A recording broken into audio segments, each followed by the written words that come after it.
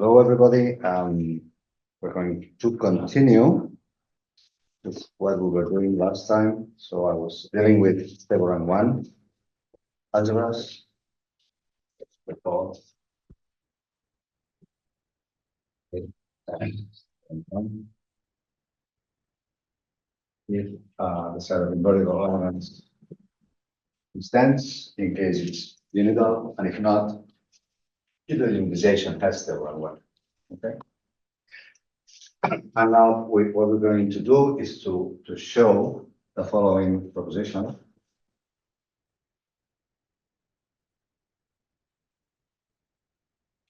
Well, this is due to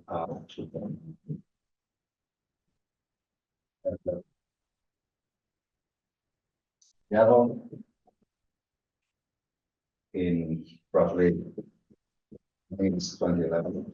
So if the stellar array is 1 and we are positive elements, then A is equivalent to B is the same as saying that sorry, it's the same as saying that A is x, which way I want to put it, x star x, and x star belongs to the algebra generated by for some x array. Okay, so that's we need to indicate how this goes. And the proof of this, there's one direction, it's easy. So if this happens, well, A is x star x, then this is of course equivalent to x star, because we saw that. And if this is in the hereditary algebra by B, we know that it is so equivalent to B, and this is so that part is easy. And the part that's not so easy, that requires a lemma that we won't prove that because that's kind of technical. Okay, so the lemma goes like this, also proved by the same people. So the lemma says that suppose it's true with a greater generality, but let's say suppose A has stable and 1, which is what we have in our assumptions, but it's a bit more general. And let B inside A, B, A,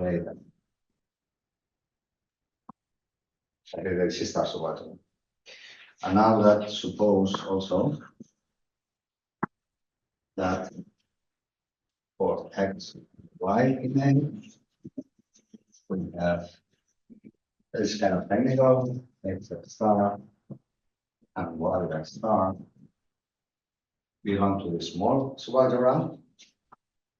X star x belongs to the hereditary algebra generated by x star y. And that the normal x minus y star y is small by some delta some positive number. So if this happens, then one can form a unitary in the unitization of B such that the normal y is less than delta square root. So that's the lemma we're going to use because it helps with this thing. So now suppose we're going from left to right. So suppose is equivalent to B. Then for every n, we can choose elements of n in A such that so when you do the minus 1 over 2 to the 2n, positive part, this can take us by n star Yn and phi n star belongs to the hereditary algebra generated by B. We can do that by what we proved last day. Basically, Rodin's lemma. We can do this by this result. So now we apply the lemma.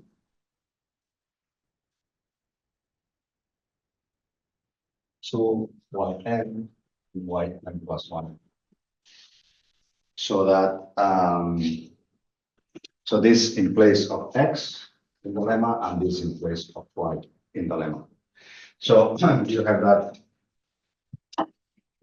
when you do this. So Yn, let's just verify Yn star, Yn plus 1, Yn plus 1 star belongs to these things belong to the hereditary algebra generated by B, the same hereditary algebra. This is in the place of this is of B in the lemma.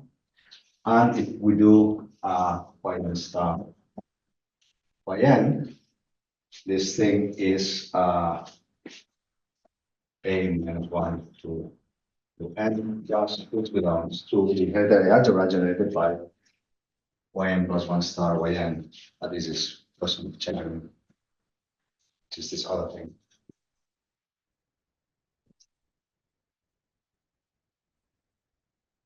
Okay. And the distance between these two things, Yn star Yn,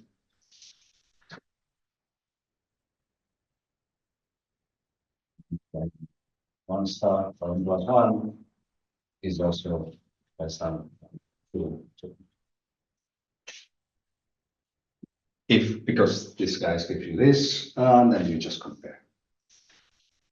So then by the lemma, we get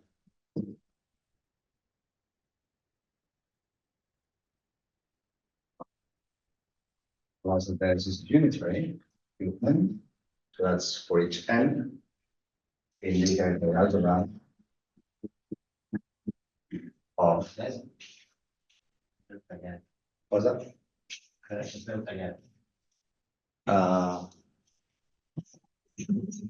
¿Verdad? No, ajustar. ¿Quién gusta? Y que no arriba, Pues no sé cómo arreglar eso. Okay, so I'll select the camera. ¿Verdad? ¿Ahora?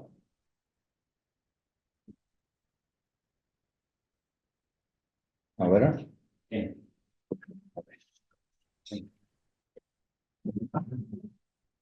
So the lemma gives this unitary, so it's that the normal Yn is n Yn plus 1 is just. Okay, so the thing is that you can, by using this trick, you can approximate this Yn with Yn plus 1, but with the unitary. And now we choose xn to be up to Un plus 1, Yn, just to work, make things to work out. And we know that xn minus xn plus 1 is plus Un plus 1 Yn minus -1 of Un plus 1. And because these are unitaries, we can just take them out, take from 1, and then we get that this is 1, 2, and 1 plus 1, which is what we know, which ought to 3n. So this is a Cauchy sequence that is the limit of this thing in A. Okay. And now it's a question of checking that x dot x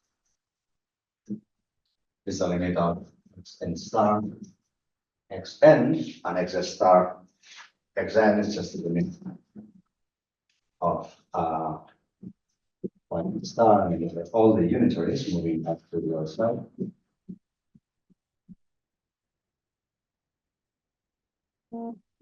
Which is the limit n, which is a, right? Because y n star yn is this thing, and when n goes to infinity, this goes to a. And then x star x is just what I mean of x n x star, the limit of xn star, and xn star, whatever it is, belongs to the unitary algebra generated by it. Yeah, because these things are in this unitary algebra when we do yn star, and the unitaries just bring things back to AB, which is what I want. So for stable rank 1, things work nicely. And there's another observation that will appear later. I mean, not today, but later will appear. That also gives something else for stable rank 1. And we'll be using this. And this is like a weaker version, or I mean, yes, it's true in more general circumstances, like for stably finite sister algebras. But I will state it for stable rank 1. So suppose A has stable 1 and A be a positive element or something in matrices, then A is Cuntz equivalent to a projection precisely from 0, the spectrum of A is isolated, is an isolated. And that's something that's used also quite frequently. So when you want to find out when things are equivalent to projections, in this context, and also in somewhat more generally, one checks what happens in the spectrum of the element. So let's also sketch the proof of this.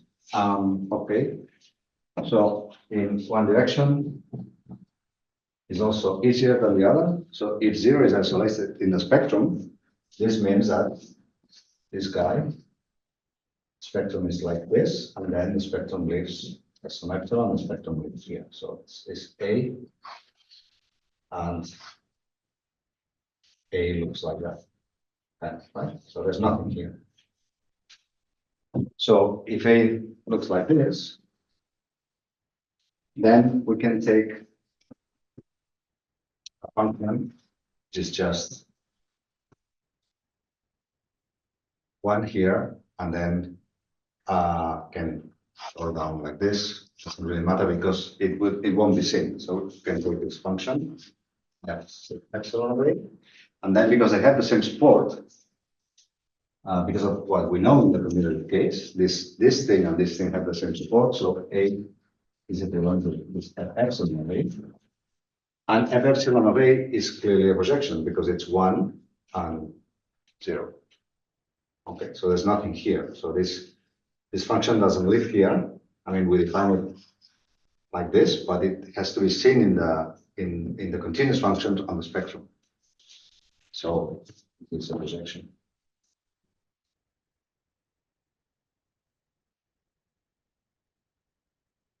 So A is equivalent to projection.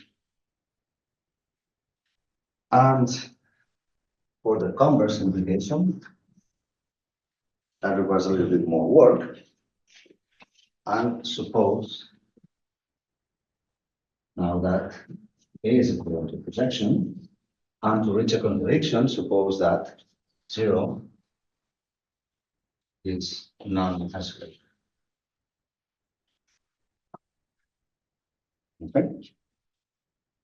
So we're going to use that. There's two equivalences here. So sub-equivalences. So P is sub-equivalent to A, and A is sub-equivalent to P. Now for the first one, so P is sub-equivalent to A. Use this.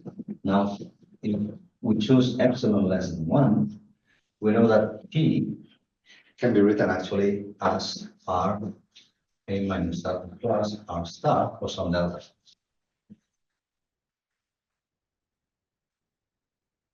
So if we let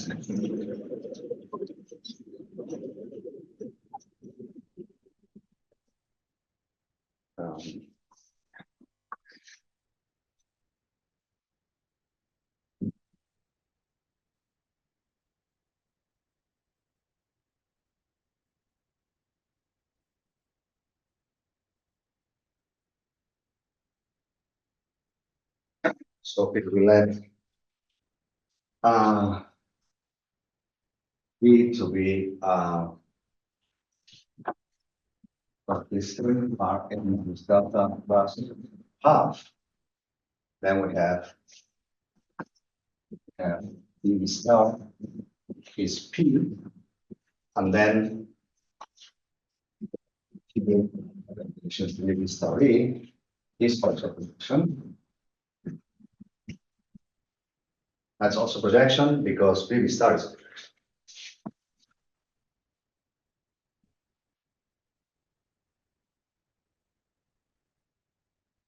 Okay, and is a projection, and Q is going to be by construction. Okay. Also, this Q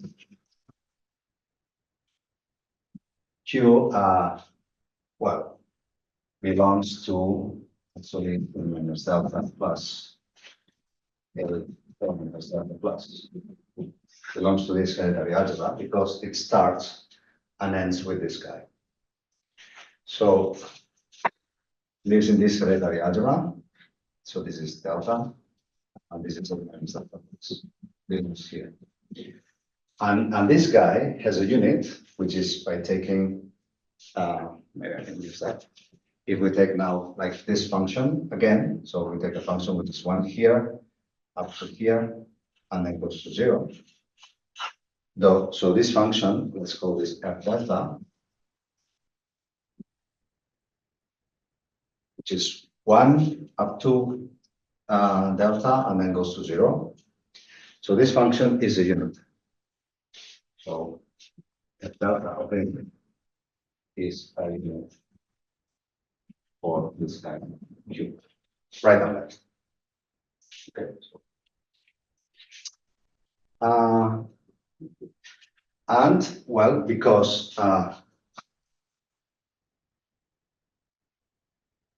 now it comes the assumption 0 in the spectrum is not isolated.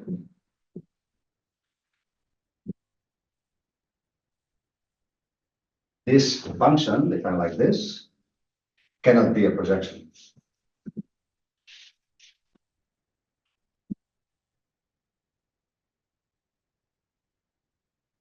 Okay? It cannot be a projection because otherwise the square would be equal to itself. So that would mean, so there's things here. So that would mean that, you know, that cannot just be. Okay? Because 0 is not isolated. There's always points here. So in particular, since it's not a projection, in particular, it's different from Q.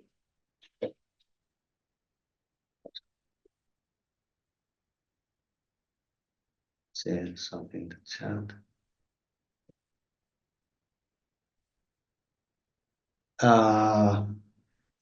Does not require stable rank 1. It is only left to right that requires the stable rank 1, not right to left. Yeah, I mean, not even right to left. I mean, this is true in the stably finite case. So yeah, but I'm assuming stable rank 1 for the sake of, you know, general assumption. Yeah. I mean, here we didn't use stable rank 1. Here we will use stable rank 1, although I will use it in some way, which is and definitely not really needed because one can overcome this, but I will just see. Okay, so in particular this happens. Now Q, see, so Q is also well, maybe it's not needed to write like this, but you can write it like this. So since this is a unit, it's also going to be a unit, and therefore this is less than what am I saying? This guy, sorry. No, he's a few, less than this guy. Right, so this is less than or equal, but since they are not the same, this is strictly less. Okay, so.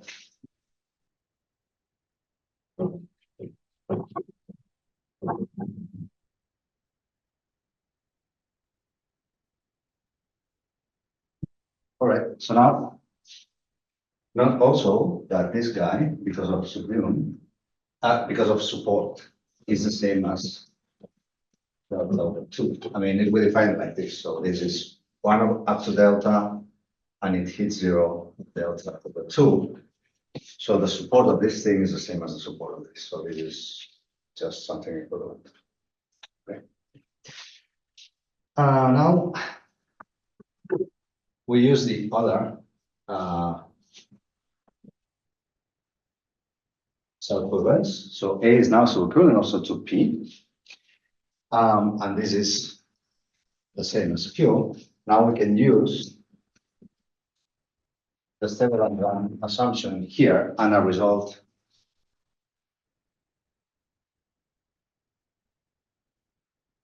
of problem. And as I was saying, one can overcome this. And if you go to the stabilizer, to the stabilization, you can work around this thing here, but I'm sort of assuming unitality and I'm working on A. Okay, so now we can produce unitary. That's that U times hold on to phrase this. U times this guy belongs to the algebra generated by Q. Okay. So yeah. So you have to cut down A, so that's what we know. So A really what you have is A minus delta over 2 maybe plus. And the unitary brings you to the head-area algebra generated by Q. But this thing is equivalent to this one, so you might as well work with this one.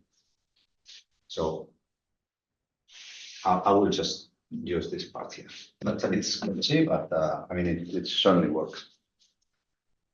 And so this belongs to this hereditary algebra, so it starts and ends with Q. And since this is less than or equal to 1, we have actually that U that A use that is less than Q. So it's something which is less than the unit. And now finally, we have that if you do Q U star plus U delta of A minus Q times Q star.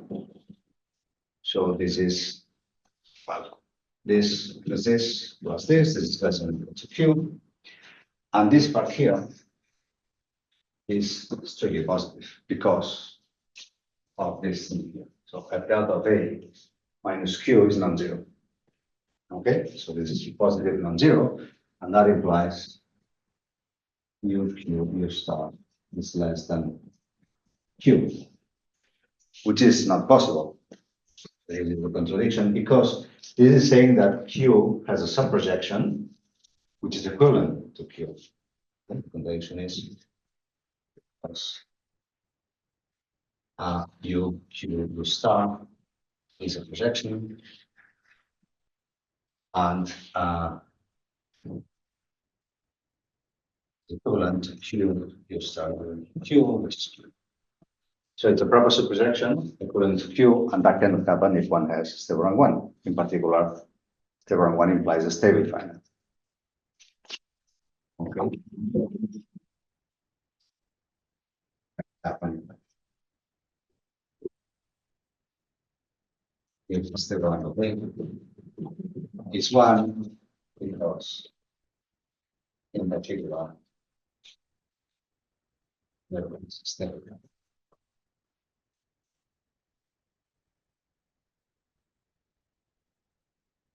So, as I was saying, this is true more generally. I mean, it's true in the stably finite case, not only with different. Well, that's in this case, that's the one that we're using. Okay, so. And now that we have established these parts, also with projections and positive element and so on, I will define, for the sake of it, although this will appear later, I won't be spending too much time on this today. So Ramon will do more, but I can define the concept. So I will define the classical version, not that Cuntz called it like this, but if we extend Cuntz equivalence to positive elements here, so we compare two elements in infinity. If you look at them in the corresponding matrices, and then you compare them there, we can define double way this set, this quotient set, and this is partially ordered.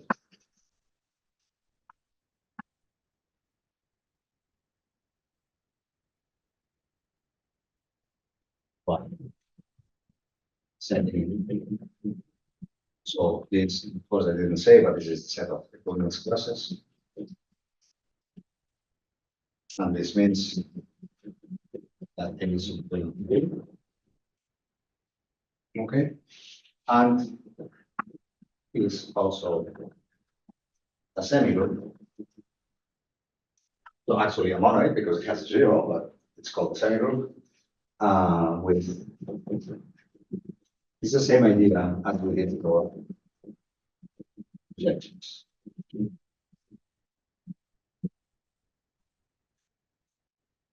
Okay, and that's called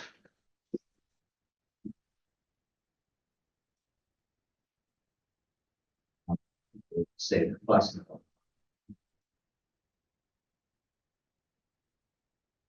Classical or incomplete.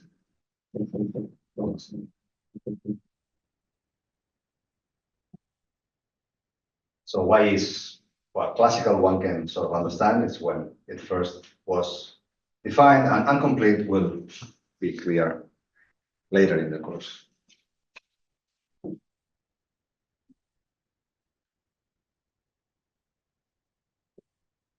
Although it's not so incomplete, so it behaves well when it's suitably interpreted. It behaves quite well. Anyway, so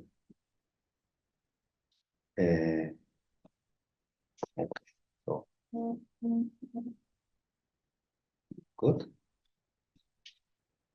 Okay, so not that to relate this with B of A, so recall that we define B of A by just taking the projections here, modulo of Neumann sub-equivalence.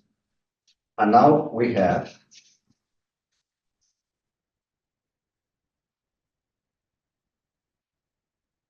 a semigroup map.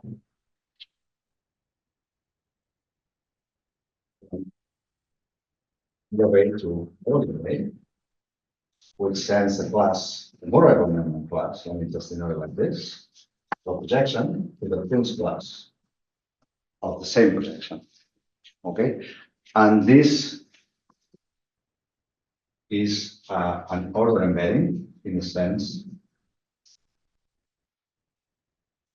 that if the image of P is less than equal to the image of Q, then it implies that the image of P is less than the image of P. Sorry, the original P. Moore-Neumann class of P is less than the Moore-Neumann class of Q, but not always injective. but it is injective in many of the cases that we will be interested. Let's check. If A is stable. Because then we know, I mean, we sort of prove that in this case, if the class of P is equal to the class of Q, then the class of P more or less is equal to the class of Q more or less. And actually, as we will see also, I mean, this theory is more directed towards stably finite algebras, more than algebras that have an infinite behavior. Okay. And at this stage, also one of the differences here is that we have an order which is induced by these Cuntz equivalents. And here we also have an order which is induced by the Morgan-Cuntz equivalents. And we saw that this order is always algebraic, so given by complements. So this is less than this if P is equivalent to Q Morgan-Neumann, and we saw that this implies that there's a projection such that P direction Q R, sorry, gives Q. So that's no longer true in WA. So it's maybe observed. But this is an important feature. It's one of the key things. The order in W of A is not algebraic in general.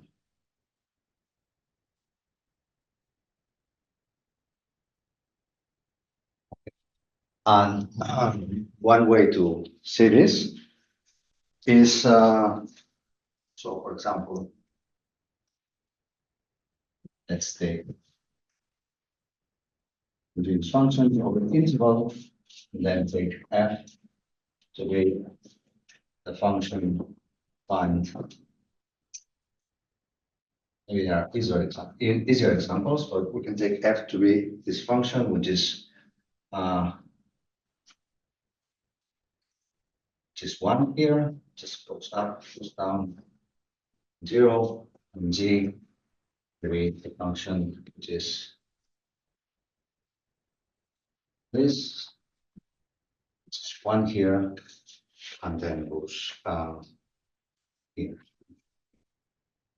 All right. Okay, so then the support of f is included in the support of g, so f is equivalent to g. F is equivalent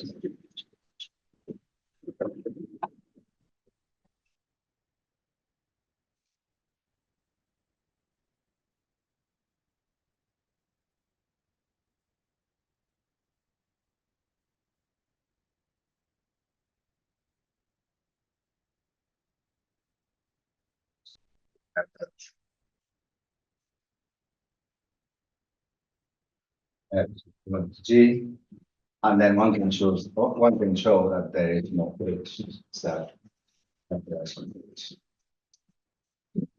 in C of 01 or in matrices C of 01. So you cannot just find equivalence. Okay, so it's not an algebraic order, and that's an important thing. Okay. So I will just mention, this will also come later.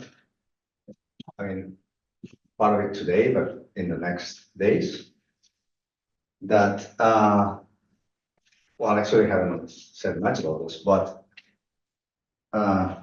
so this will also appear, not in examples, but I will mention this, so might as well mention it now. So K-theory has an advantage, and the main advantage of K-theory is that it is very convenient. Okay, because you get abelian groups and you get sequences, exact sequences, and this helps you to compute this. So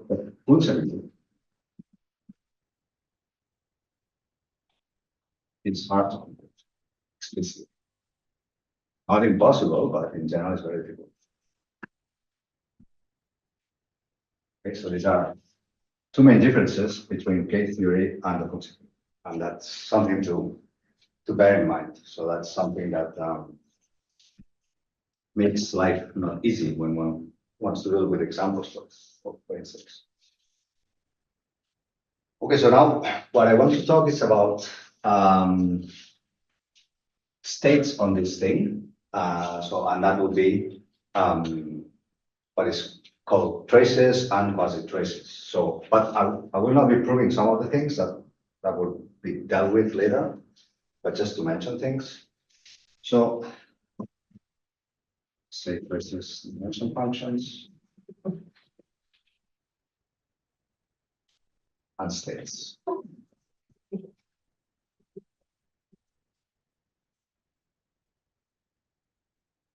So maybe I'll start backwards. So what is a state? So a state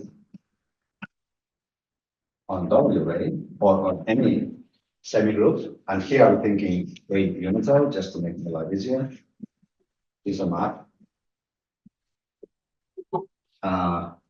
X W ray to the positive reals such that S of the unit is 1, and it respects addition and order.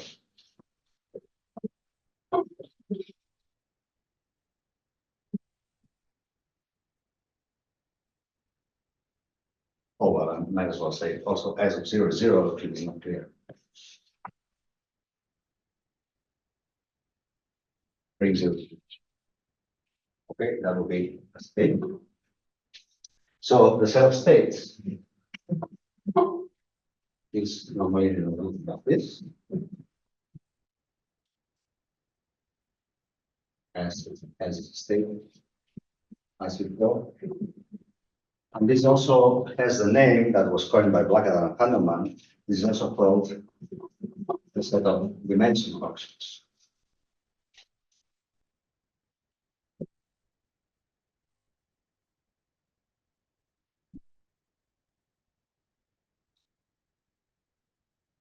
It is true and not hard to verify that whenever you have a semigroup like this, the set of states, algebraic states, there's nothing here.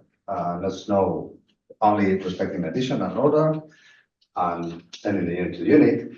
That's the same as saying that is the same set for the set of states of the Grothendieck group. Defined in the same way.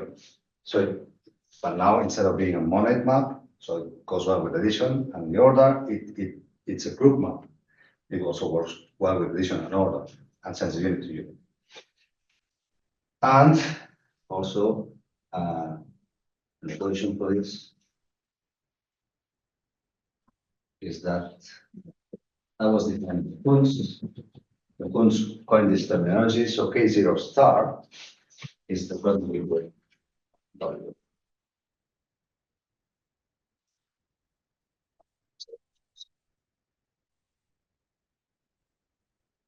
And by Cuntz also. Okay, which is an abelian group, and it's like a substitute of K0. It's now for positive elements. So a state or a dimension function is this thing, and this can also be interpreted in terms of functions from M infinity. Might as well make, because this is what Blackadder and Handelman also considered. Maybe it's natural to talk about this. So Blackadder and Handelman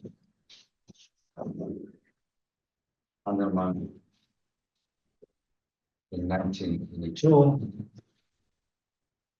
defined a dimension function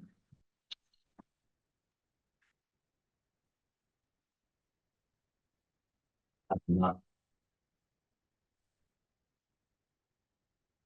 the from infinity away to the positive reals such that, well, we have 0, 0.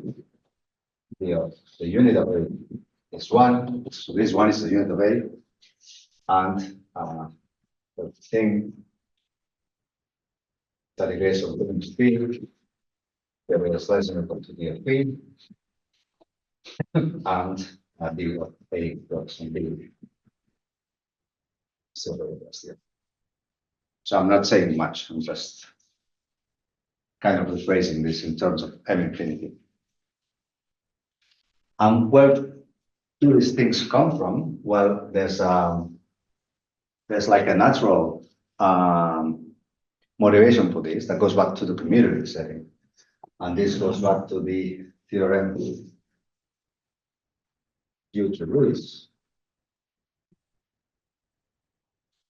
which says that if we have a compact space, then there is a natural projection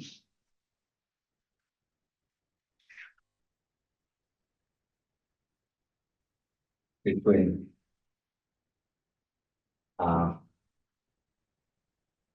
so that would be like Radon for L probability measures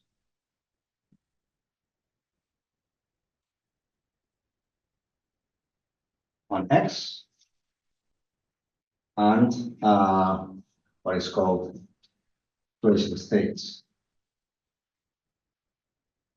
on T of X. So these are maps. So tracial states, these are maps. Now go from C of X plus 2T what C of X to C, I should say, maybe C of X to C, such that so linear and bring positive functions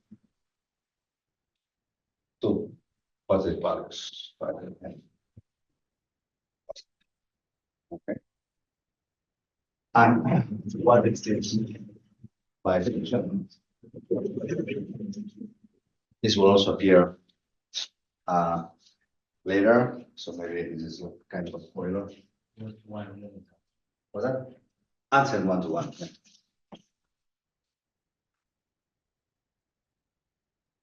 Precious states.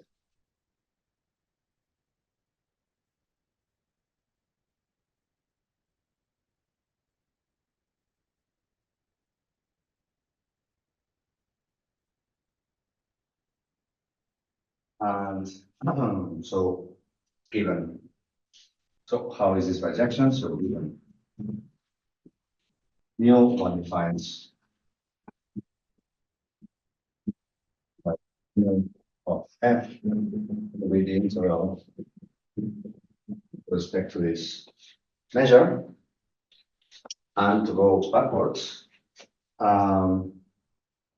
don't want to go backwards. And that's kind of the same, so maybe that's the connection. That's the same, can be checked to be the same as the measure with the set of the elements where fx is equivalent respect to it. So that can be checked to be the same, and that's the open support.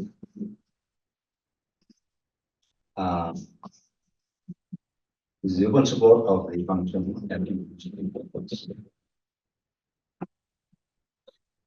so, and this thing here depends on Cuntz classes on this part, as we said before. So one could try to attempt to do something non-commutative here by looking at sufficiently nice maps evaluated on the Cuntz class of f minus t plus. So this will appear somewhat in a second. So in general, so tracial states can be extended in the non-commutative world by using the following definition. The definition of, I would just go as general as possible, of a quasi-trace.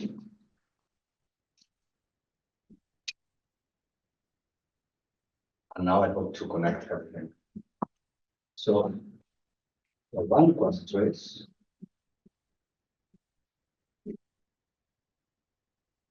is a map on a set. We stick to the unital case, my unital system. is a map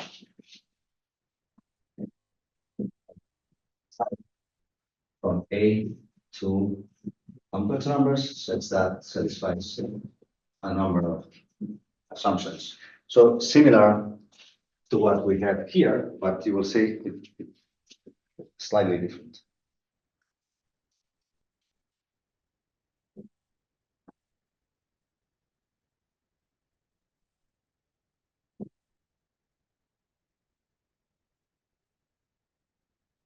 So first thing is that so when you split your algebra into self-adjoints plus I times self-adjoints, this is linear on this part. Joints. But full linearity is only ensure if the elements commute. So that's linear on commutative orderings.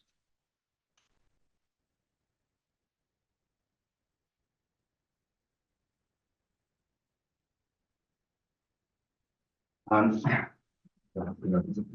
more than bit is that the equation condition, so tau of x star. So tau does not witness the fact that x in star and x star x mean and commute. So this is the same and it's a positive number. And finally, since so it's kind of similar here. So of course here everything will be linear because this is commutative, so everything will commute. So this part is vacuous, and this part here too. And this part, well, I mean, we're asking positive elements to go to positive elements, which is what we're also asking here, but we ask also not to distinguish between these two. And the unit goes to unit. Okay, so our quasi-trace is one quasi-trace that extends to matrices. That extends to a one quasi-trace in MN.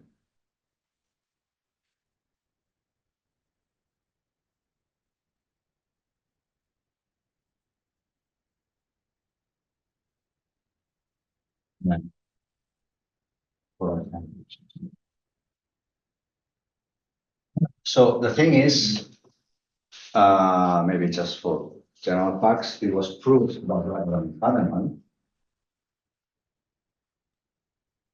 1982, that it is enough to extend to 2 by 2 matrices.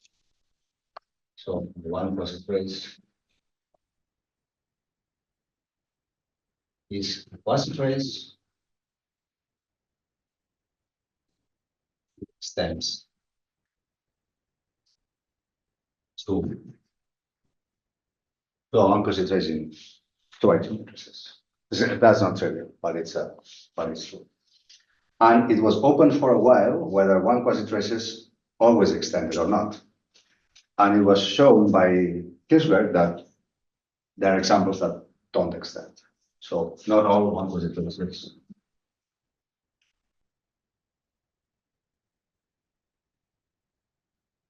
extend.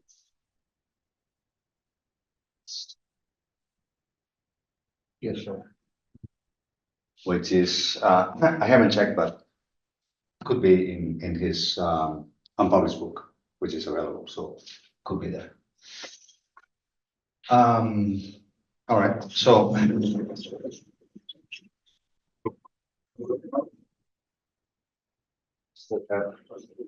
case here. So we got by QT of A. Let's look at all quasi-traces from A to C. Now is not quasi-trace. And if tau is linear, then tau is called L-trace.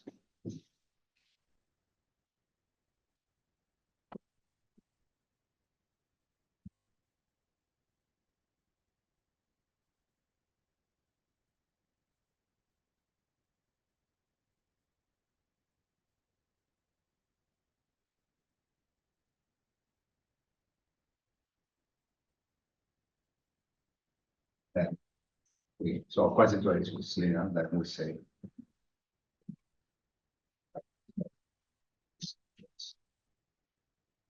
And if tau 1 is 1, it's a threshold state.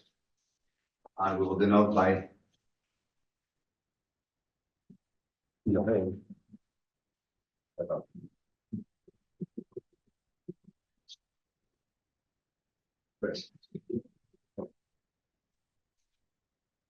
so it was also open for a while whether all quasi-traces are really traces or not, and it's still open. So it's not known whether all quasi-traces are traces.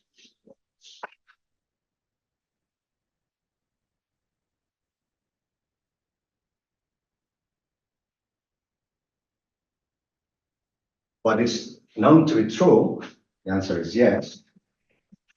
If for a large class of sister algebras that we won't go into, but if the algebra is what is called hexagonal.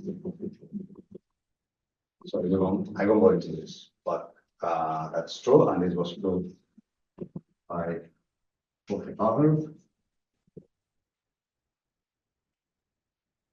It was proved in 1991, but the paper appeared much later for, I don't know, whatever reason. I mean, he just didn't want to publish this, I think, or didn't care. I don't know.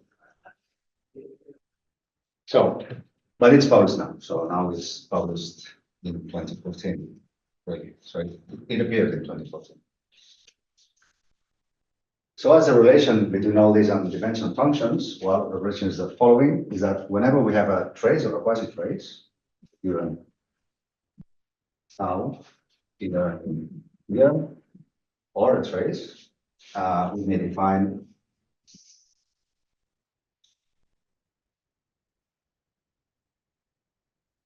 the following detail passing for infinity, detail A to be the following expression. So you taking the measure, it's like trying to take the measure of the support of A. So this thing converges more and more to like this thing here, like strongly will go to the spectral projection, and this looks like a measure of the support. It's what it's trying to do. And it can be shown that d tau is a dimension function. Is a dimension function.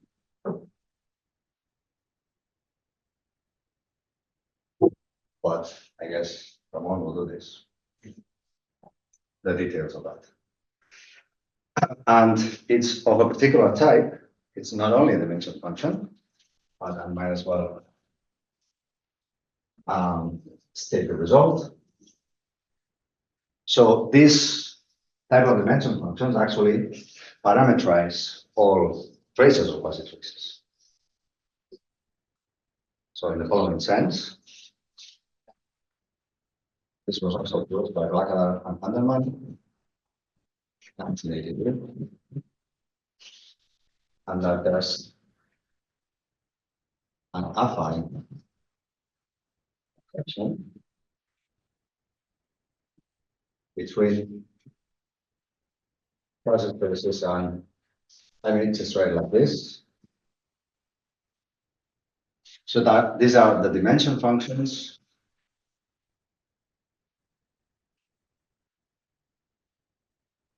that are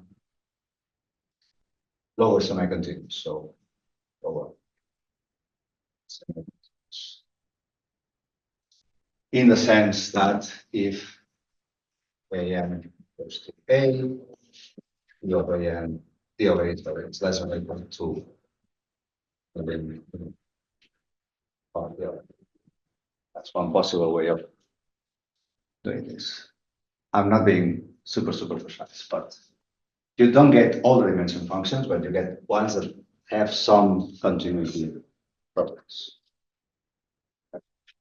And this goes like this, given quasi-trace, we do d tau, and to go to the reverse, we have a lower semiconductor dimension function, then you do what we were doing kind of over here. I mean, this has to be estimated, make sense, but you take, so the tau g applied to A, just the integral of d applied to the Cuntz class. Oh, A minus d class, anyway. So we take, it's like the parallel of what was going on here.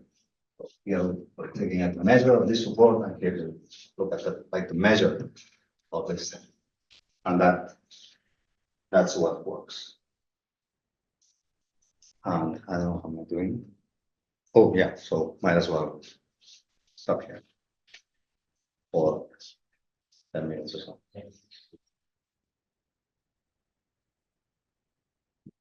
Okay, so let's continue with the second bit of today. And I will just define, for the sake of completion, of completeness, sorry, the group K.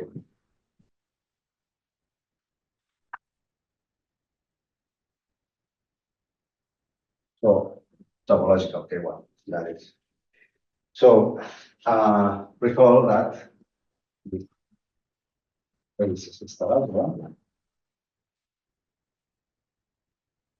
then we know by plus this is L tilde, the base is muito,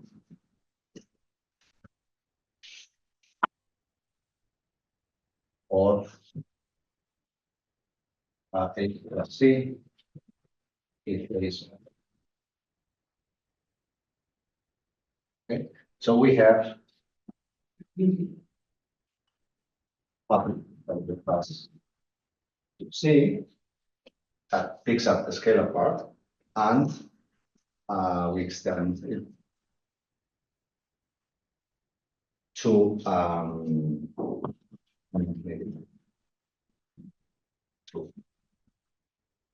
infinity C, and I will still denoted by 5, and then I will just define what K1 is and quote the theorem, and that's it. Just, you know, we define the element plus A to be the set of matrices, variable matrices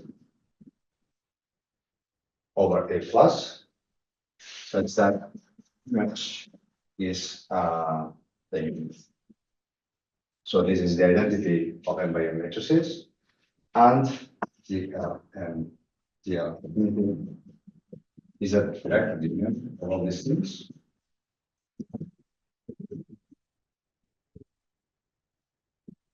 By model mass, by A with A adding a unit on the lower corner. And so K1 is a Boolean group defined by this expression. So this quotient, the connected component of the identity. So that means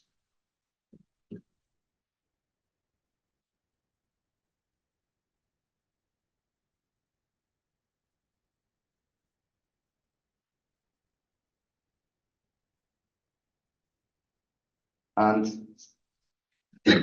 which becomes an origin. So also by taking things down the diagonal. So we can add two things and then on the diagonal, but also by multiplying them in the corresponding matrix size. Okay. So K1 is an abelian group, and the theorem, in the important theorem, and that's is a 6 term subsequence says that the sister algebra and I goes to say the ideal.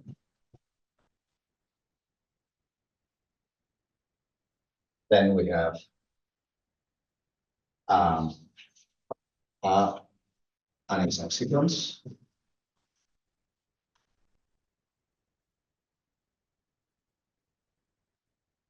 form, so you can go from Y, A sugar A sugar proportion, to do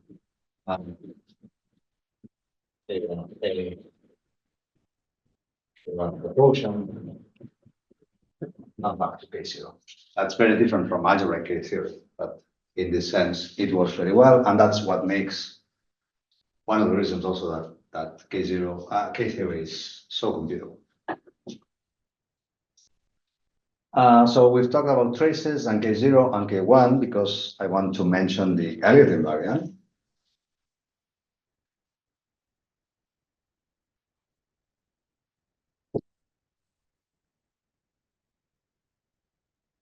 And we will later see how this connects to the Cuntz semigroup. I mean, not today, but later. So for a system algebra A,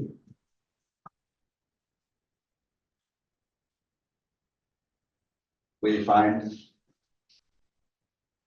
the Elliott invariant very well. Let me just do how it was defined. Typically, that's K0 together with the positive part, it's just the image for the Grothendieck map of one B of A. So that's seeing B of A inside K0 and the class of the unit. One part. And then K1. Then the traces. And then what is called the pairing, which may be seen as a map from the traces to the states of the basic.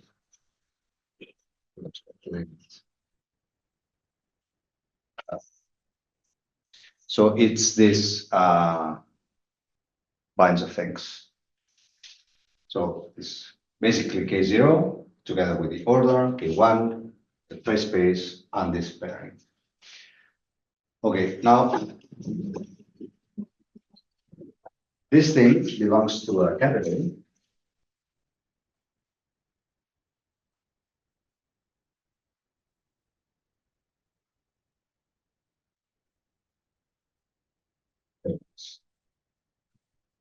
Category that what I just call it L, whose objects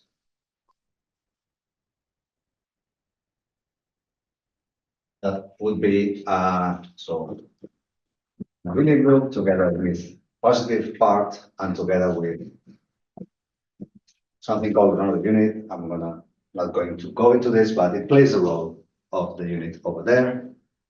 Another abelian group. So this is all the abelian group. Just abelian group. Nothing else. And a fine space, let me call this just T, fine compact space that has the name of a showcase simplex. Won't go into the definition of this because it's not relevant for now. And a map from T to the that's not quite right. I think what I said here. I think it goes to the to the states. Yeah, to the states of G's. A map like this. And morphisms.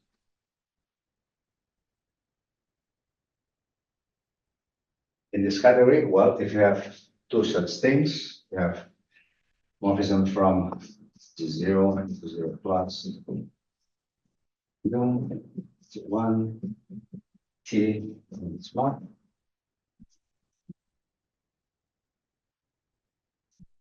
Another such total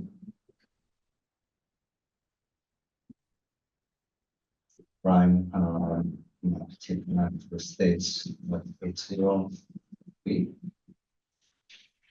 So morphism theta. What is that? Well, theta consists of a series of things, of this series of morphisms. So theta is theta 0, from G beta to 0 plus U to 0 plus B that sends positive part sends U to B. So this distinguished element with a 0. So here 1 is just, so this is a morphism of abelian groups that behaves well with respect to certain sub things that this says. So theta 1 is just, so theta consists of these things. Theta 0, theta 1 is just a morphism of abelian groups.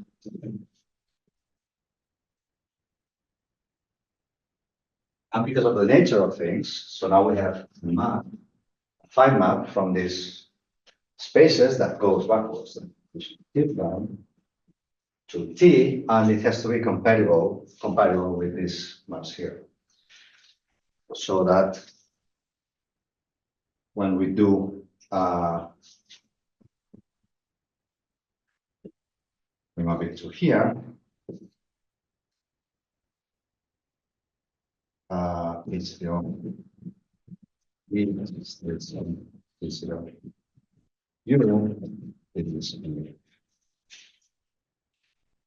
okay, so that's basically the thing. And if we do this, then the Elliott invariant, I mean the assigning to its sister algebra, the Elliott invariant is homotopy. And what does the Elliott conjecture state? So the Elliott conjecture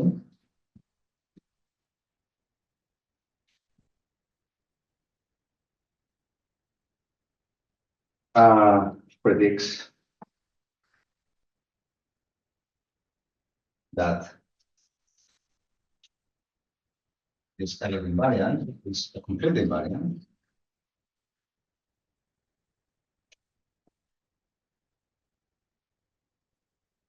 for a sufficiently large sister algebra. So first, it was asserted for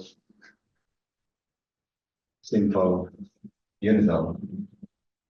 Simple, well, I haven't defined what that is. I think simple means that no non-zero, no non-trivial two-sided constants, both two-sided constants. That's easy enough to define. So there are no ideals except 0 and the whole thing. Unital, separable, and nuclear.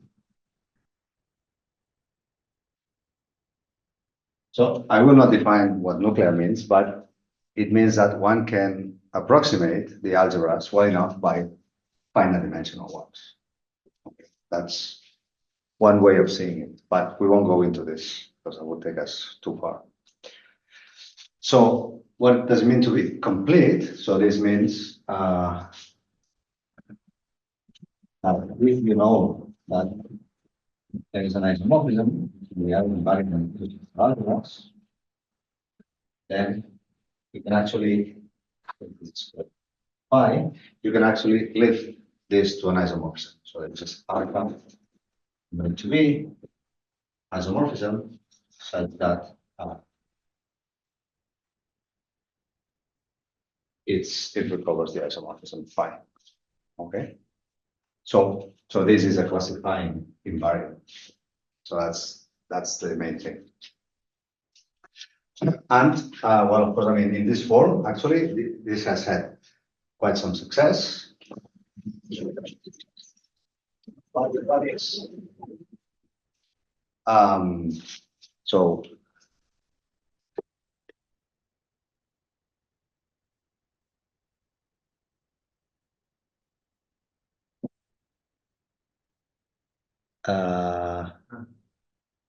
from sister algebras to L.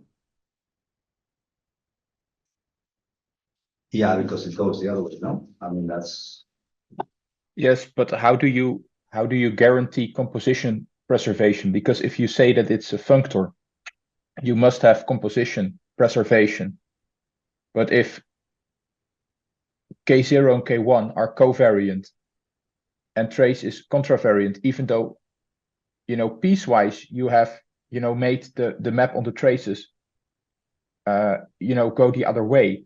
However, if you have a composition, how does this work out? Do you understand what I mean? Not really. I mean, I think it's you just compose, no? I mean, Okay.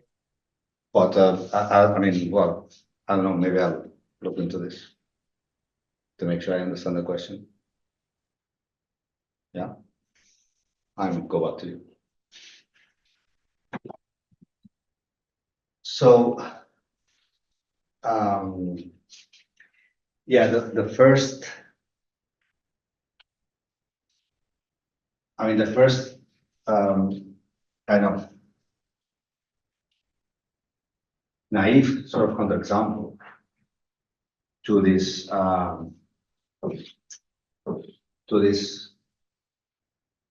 don't think it was like totally like this, but the first counterexample to this conjecture is given by a special sister algebra that then has appeared prominently and actually plays a key role, which is what is called the Jiangsu algebra, which I will not be defining as originally was done but try to sketch a bit how it goes using the Cuntz group. So this was introduced in 1999 by Jan and Su. But then there's other presentations that have appeared later. And okay, so why is this a counterexample? Because K0 of this algebra, I should give the name, normally called Z. So K0 of Z is the same as K0 of the positive numbers, which is integers with one set, the same as K numbers with the complex numbers, which is 0, and it only has one trace. So it has the same Elliott invariant as the complex numbers, but it's infinite dimension. So it cannot be the complex numbers. So of course one has to add here then, of course, infinite dimension. Okay. So that's the first sort of counterexample. But how does one define this? Well, I'll just define first the dimension graph.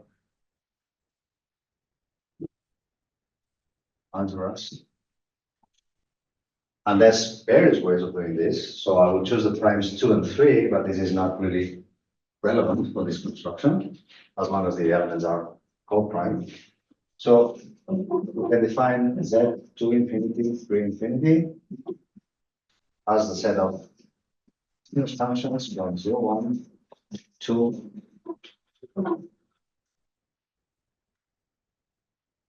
this thing.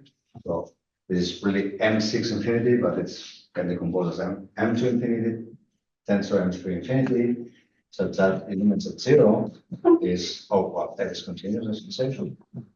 The elements at 0 is belongs to the M2 infinity, is 1, and the image at 1 belongs to 1 to infinity, well, the 1 into infinity. Where M to infinity can be viewed as the limit of M to the n, where we identify a 0. So basically, you take like the directed union of these things, and then one has to complete to make it a sister algebra, and likewise with okay. All right, so so this is a sister algebra, and It's not trivial, but the Cuntz semigroup of this thing can be computed. This was done in the paper with Ramon and Luis Santiago in 2011. So it is known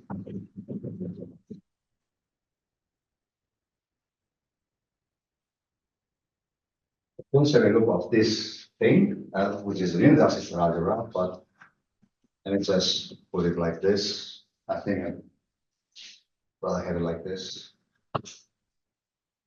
So this is universal system algebra. So if I do like M infinity and then close it up, I get this stabilization. And let me call this, just to make it easier, the notation, S to infinity from infinity. I can do it like this. These are functions from 0, 1 to the joint union 1/6. This semigroup together. So this includes 0 together with 0 infinity included, such that now F is lower than continuous.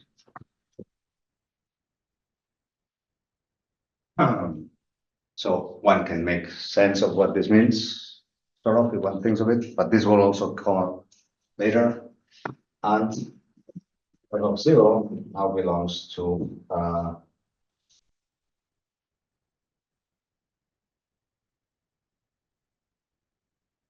whereas F1 most.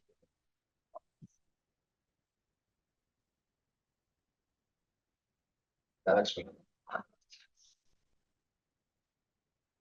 Now, using this, one may define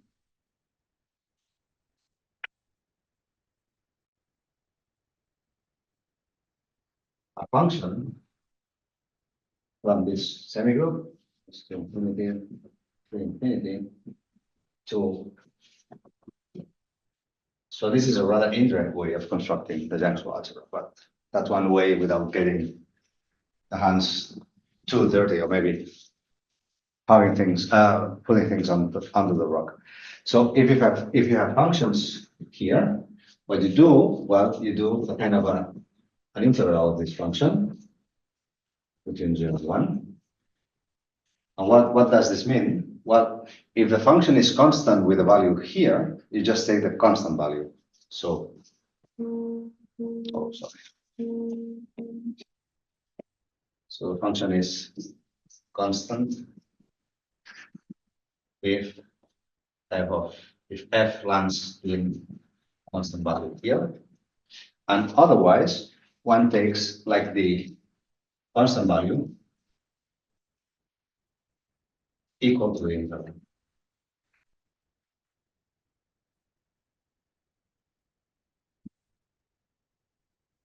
So roughly this is what this thing does. Okay. And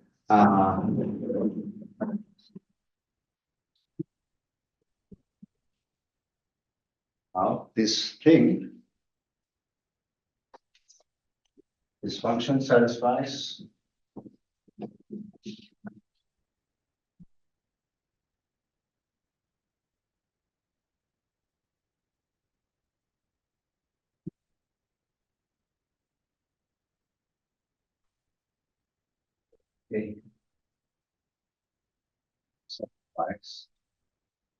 that whenever you have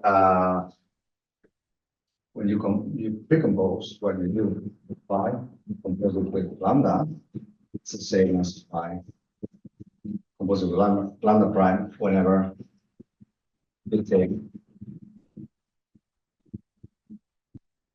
dimension functions that are always made. So whenever you have this thing, and then you compose with one of these states, which are closed and continuous, this is what is called phase vanishing. So this doesn't distinguish that. Okay. And now a result of Robert in 2009 I think it's B11, possibly. I think this implies that there exists a map actually from this S Z to infinity system, such that when you compute the map associated to this alpha at the level of the Kuhn semigroup, gives you this.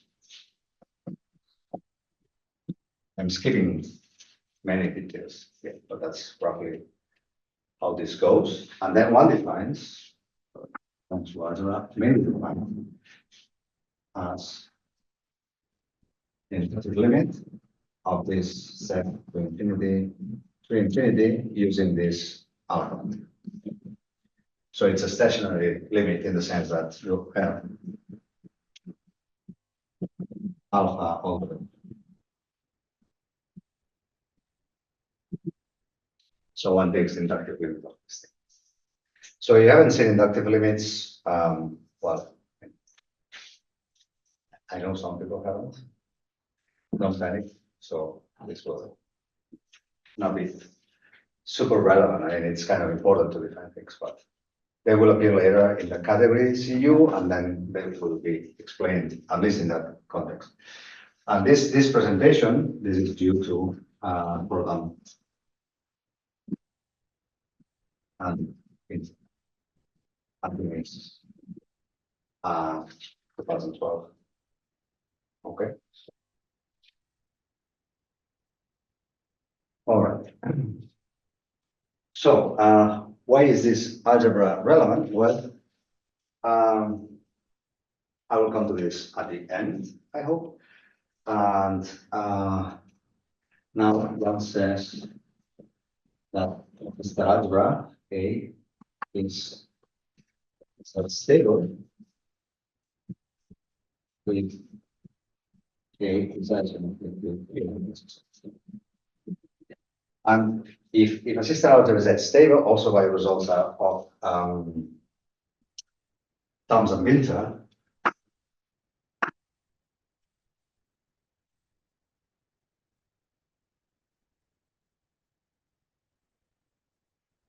this implies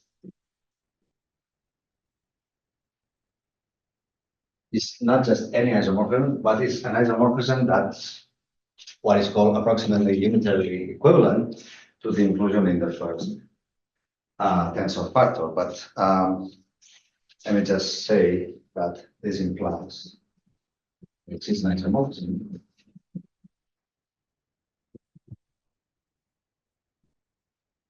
such that IOA is equivalent to set for every positive A. And that's something that I will need later. Okay. So Z stability, I mean, all these things are pieces that actually became very important and are still important. When there was noticed that Z stability has a connection with other regularity properties. One of them is a notion of order in the Kuhn semigroup. So just say that the Kuhn semigroup of the system algebra is almost integrated.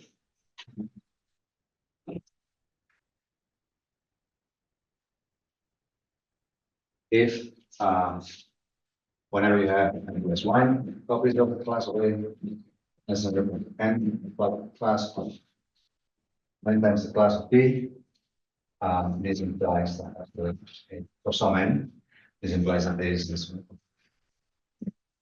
Whenever you can compare in this way, then actually A is less or equal to B. And that's connected with some property in the states called strict comparison that I will not go into. But it was shown by Roland before that if A is stable, then W is almost infinite.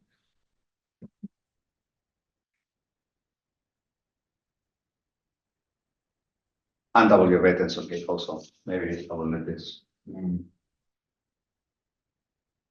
I guess it's not important. Well, it is almost infinite.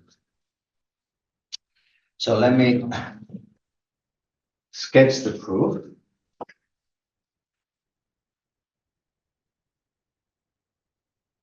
Of this. So, okay, it is known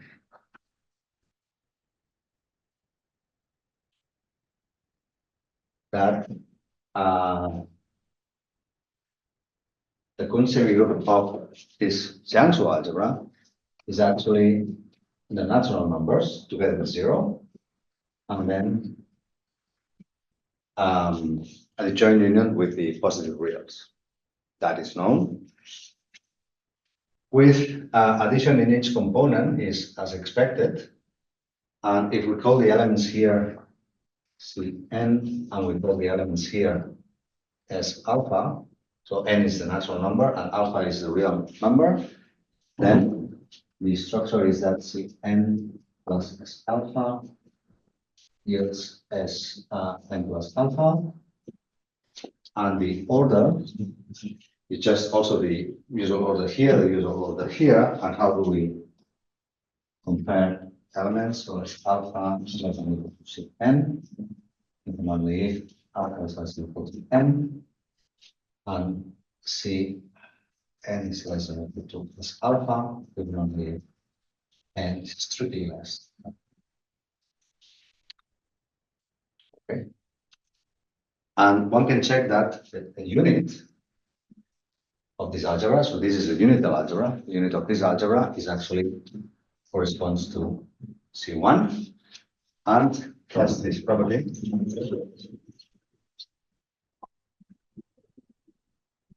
So the one here, the one in the natural part, can be almost enough.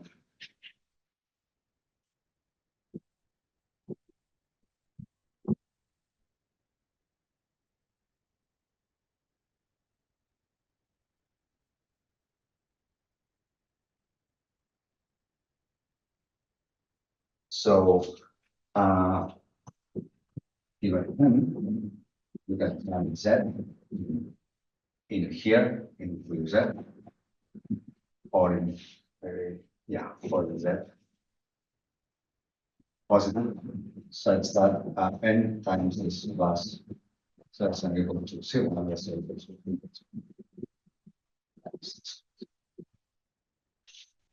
Okay, this is just playing around with this thing and with the order we just played. So I can find this. And using that now, so that's only like an interlude. So this is known. And now we want to prove that W of A is almost incorporated. Okay, so we assume that n plus 1 of this of A is less than n plus B. That means n plus 1, so A, n plus 1 times the diagonal. So this is the same as saying, let's just write it like this. So this will mean n, so A written down n plus 1 times the diagonal. That's so equivalent to be n times the diagonal. Okay, so that's what we mean here. And now we take in A tensor Z, which we know is isomorphic to Z because A is Z stable. We have that this is below. We pick this element for this n. We pick this element, and now what I want to do? Yeah, so this is just sorry. Yeah, the one is, yeah, so one is the C1. So one is less than, and is equal to B in position here. So this is less than this Z, and it's 1.1. And now you get the same or equivalent, maybe just to. And now this is less than n times b.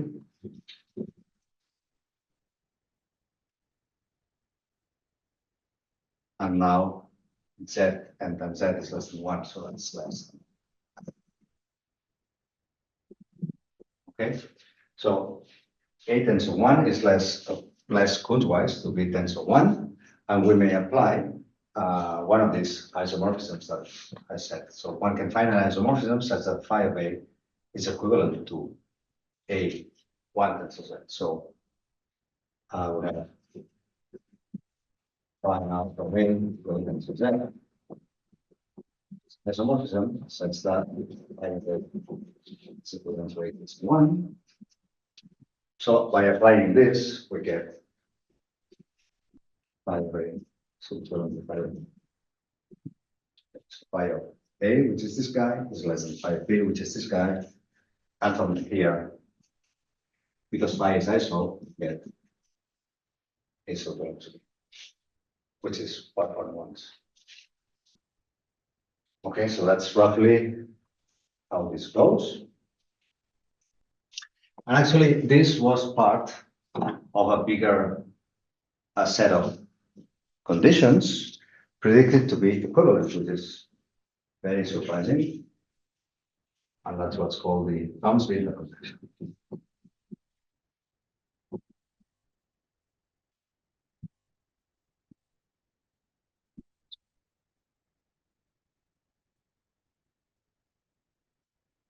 Okay. So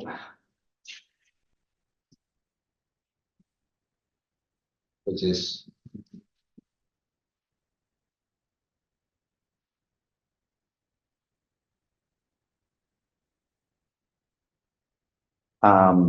so this was predicted for a simple separable now. Then the following conditions relevant. And I will comment on what's known, or at least what I know is known. So the first one is some condition on dimension that I won't be defining. The nuclear dimension of A is fine. So dim nuc is the nuclear dimension.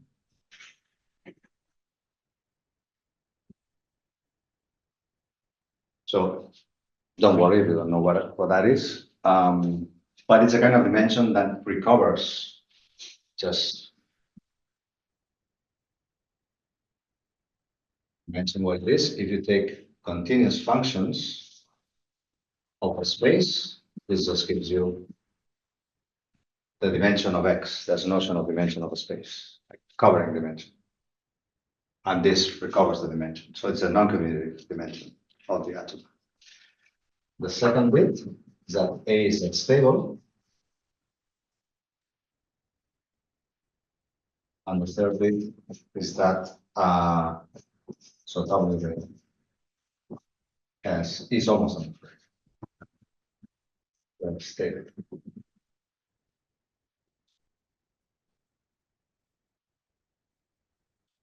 So we indicated how this goes. This is due to the program. This is a result of Vinta, which is highly non-trivial. That was proved by Vinta in 2012. And then there's more recent work showing that this implies this.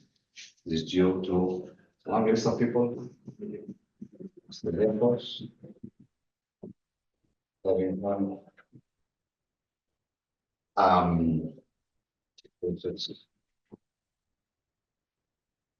write Vinta. And the part that remains open, I think still, is this part. I think in complete generality is still open, but it's known in many cases. It's known to hold in many cases. So this is, it's not completely closed, it's close to being closed. So, but still closed down to Vinta conjecture because it was still like this for some algorithms. Okay, so this like three properties, which are kind of very different, they actually are the same, or almost the same, right? Until this is completely settled. And the Elliott conjecture concluded in a theorem, which is actually proved by decades of effort of many people. So that cannot be attributed to a single person or just find a collection of 2 or 3 people. So sometimes you wrote that many hands, but that's kind of, I don't know, maybe I don't like this, but anyway, so that's the culmination of this process. So if A and B are simple, separable, yeah.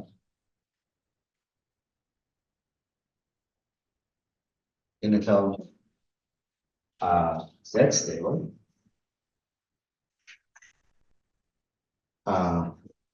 satisfying attacking an assumption, what is called the universal coefficient theorem, then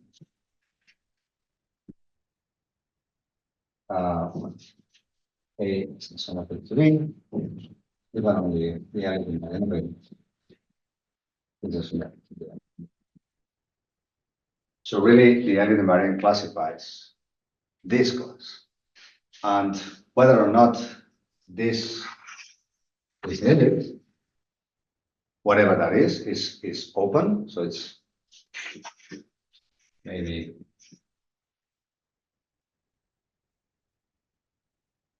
this is maybe a bad assumption,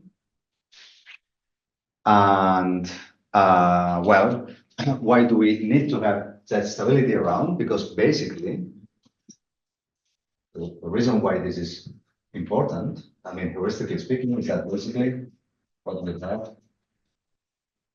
is that the Elliott invariant of A is the same as the Elliott invariant of A tensor Z.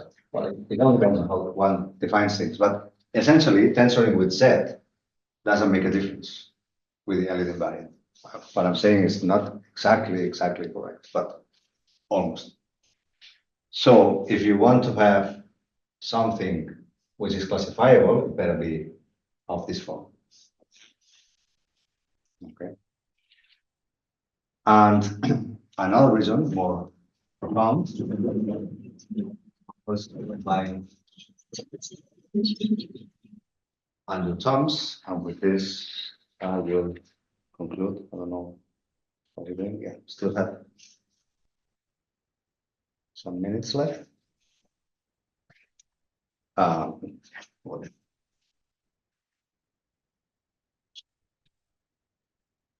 I will just mention how this thing is constructed. The construction of Andrew Thomas is an example which was first exploited by Pilatsen in the 90s to get functions built out of spaces of larger and larger dimensions. System algebras, sorry. So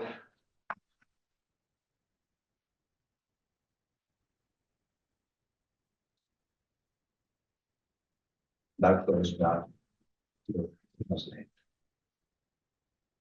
And that's actually a crucial example.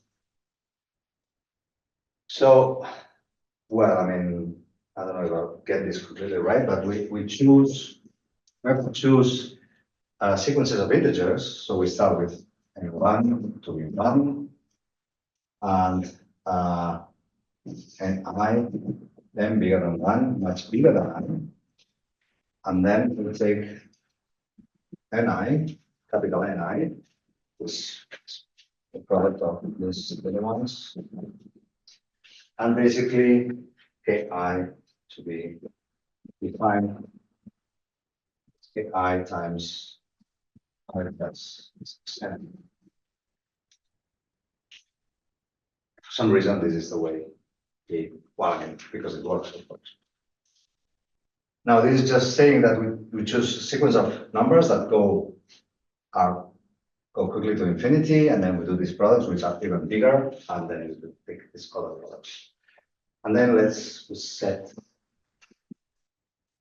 I to be so matrices over continuous functions over Q of dimension 6n. Take this thing.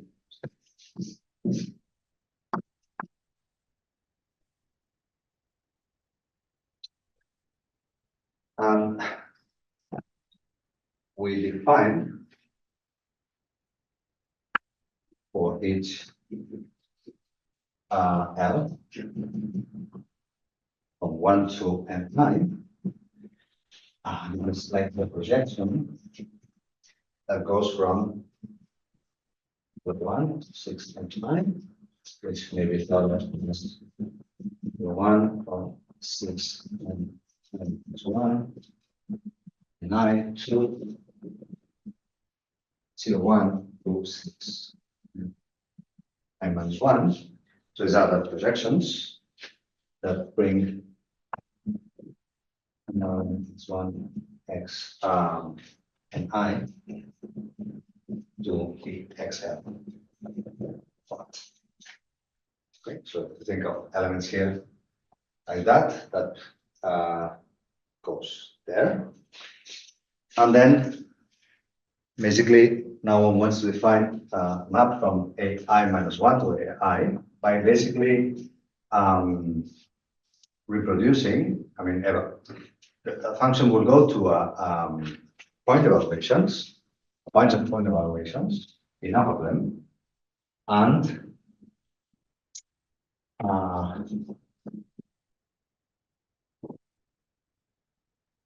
then the function is reproduced diagonally. So we define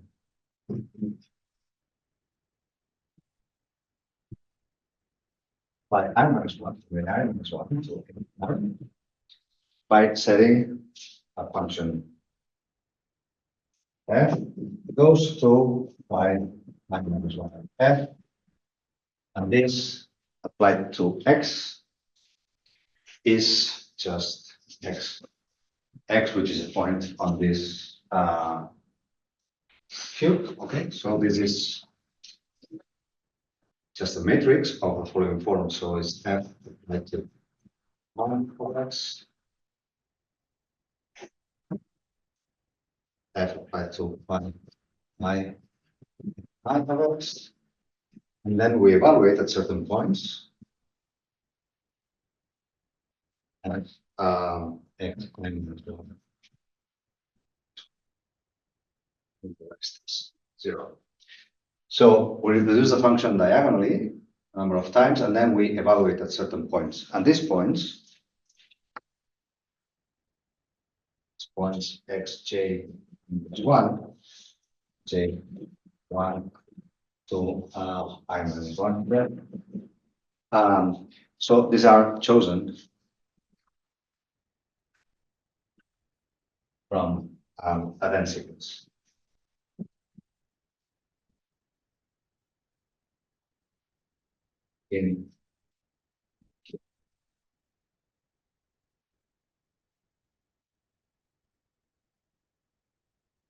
So that's roughly the idea. One takes the function, goes diagonally, and then evaluates the points which are chosen from a dense sequence. It's a tricky construction. Then set A to be a limit of this thing. which is a unidal, simple, separable system algebra of actually given stable rank 1. Okay, and has other properties. Real rank 1, if one knows the real rank is.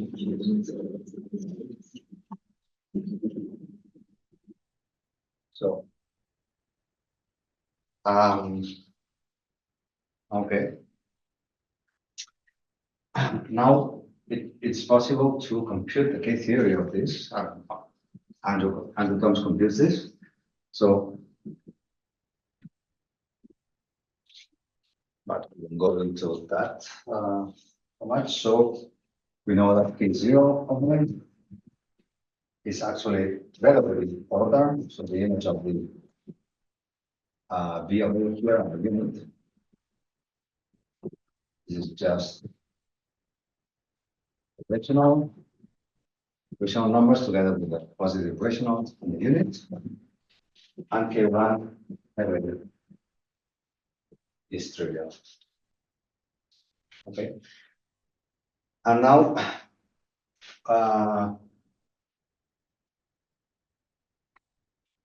one can show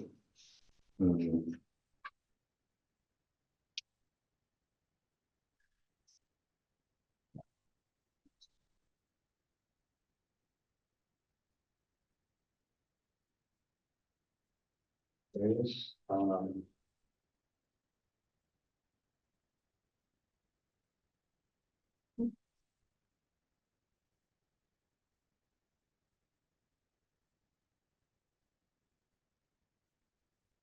yeah, so one can show that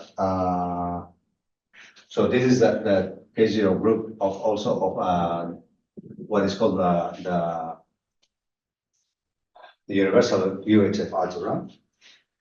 And one can show that if you take how to say this?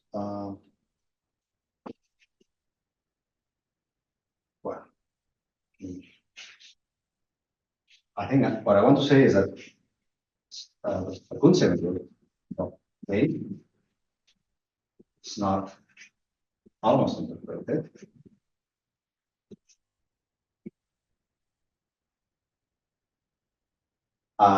Which is not trivial.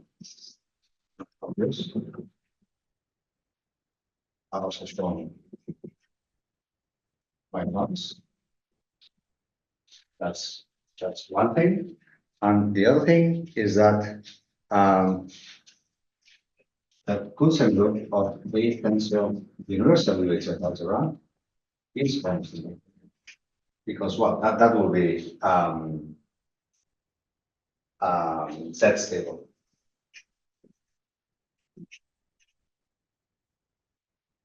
For example, because this thing is Z stable. Okay.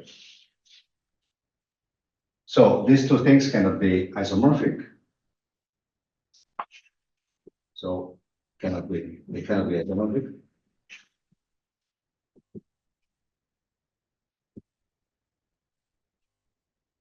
But they have the same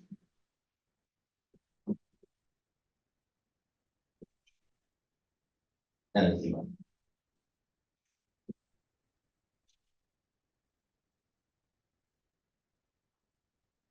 So that made clear that one had to move somehow from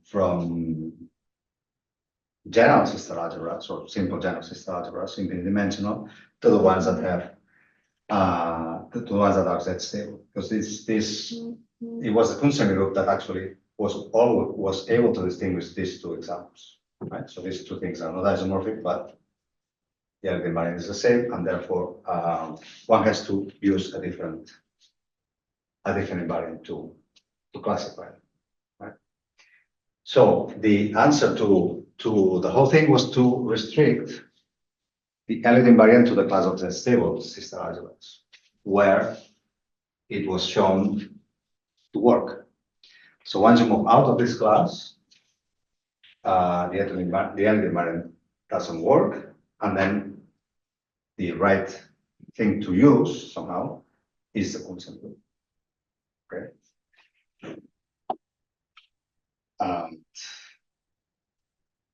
Yeah. The other thing is that whenever you're here in the statistical class, one can think, okay, why is the Elliott invariant working somehow? Of course, because there's a theorem, but behind this is because the information that the Elliott invariant has is actually captured by the constant group. And this is what we will see later. I don't know when, not today. So I think we stop here. Yeah.